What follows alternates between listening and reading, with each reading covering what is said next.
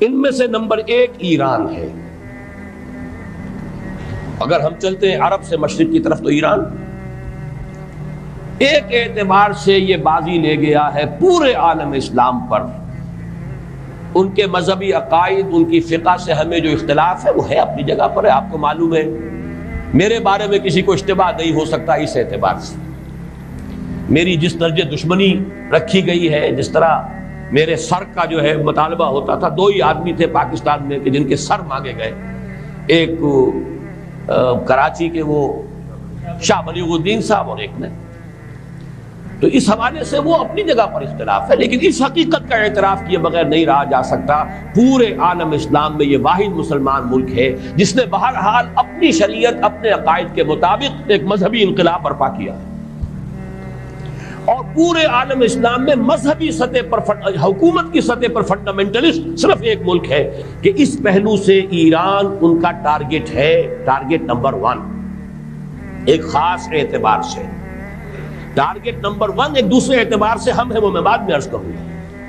چونکہ حکومت کی سطح پر فنڈامنٹلزم ہے اور وہ آیا ہے ایک عوامی انقلاب کے نتیجے میں، پھر ان کے پاس تیل کی دولت ہے، اس کے خلاف اکنامک سینکشنز بھی ہو جائیں تو اگر لیبیا کھڑا ہو سکتا ہے تو بہرحال وہ بھی کھڑا ہو سکتا ہے. اور نقشہ وہ دنیا کو دکھا چکا ہے کہ لڑا دے ممولے کو شہباز، یہ نقشہ بھی اس نے دکھا دیا. یہ ہے ایران کا معاملہ. نمبر 2 پاکستان. پاکستان 400 برس کی تجدیدی مساعی کا امین ہے، امانت دار ہے.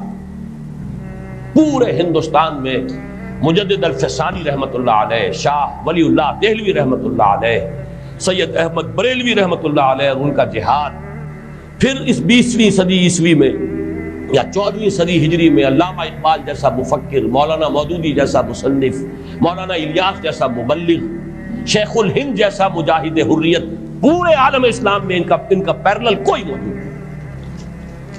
یہ 400 سال کی تاریخ ہے.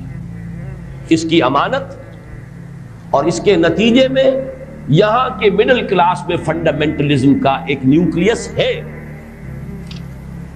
اگرچہ حکومت کی سطح پر کوئی پیش رفت نہیں ہو سکی آج تک، بلکہ اب تو پسپائی ہو رہی ہے، اب پیچھے ہٹ رہے ہیں. وہ ہمارے ان سیاسی جو بھی زعماء ہیں، جو جماعتیں ہیں، ان کی غلطی ہے اور الیکشن ہی کو واحد میدان بنا کر اس کے اندر اپنا سارا وقت و توانائیاں اور قوتیں ضائع کر دینا. یہ ہے در حقیقت جس کا کہ یہ صدا مل رہی ہے کہ اس اعتبار سے تو پسپائی کی طرف ہے معاملہ، کسی پیش رفت کی طرف نہیں ہے. لیکن باہر والے تو دیکھتے ہیں نا کہ اندر کیا کچھ مواد موجود ہے. اگر مڈل کلاس میں وہ فنڈامنٹلزم کا بارود موجود ہے تو کسی بھی وقت اس کے اندر جو ہے وہ کوئی دھماکہ ہو سکتا ہے. دوسری بات جو ان کے لیے ایک اعتبار سے ٹارگٹ نمبر 1 ہمیں بنا رہی ہے وہ ہمارا ایٹمک نو ہاؤ ہے.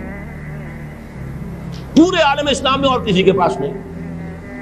اسلامی بم اگر بنے گا تو یہی بنے گا. یہ ہے مختلف اسباب جس کے بنا پر ایران اور پاکستان کو آپ بریکٹ کر لیجئے. یہ اس نیو ورلڈ آرڈر کا جو ٹارگٹ نمبر 1 ہے، ایک اعتبار سے ایران ہے، ایک اعتبار سے پاکستان.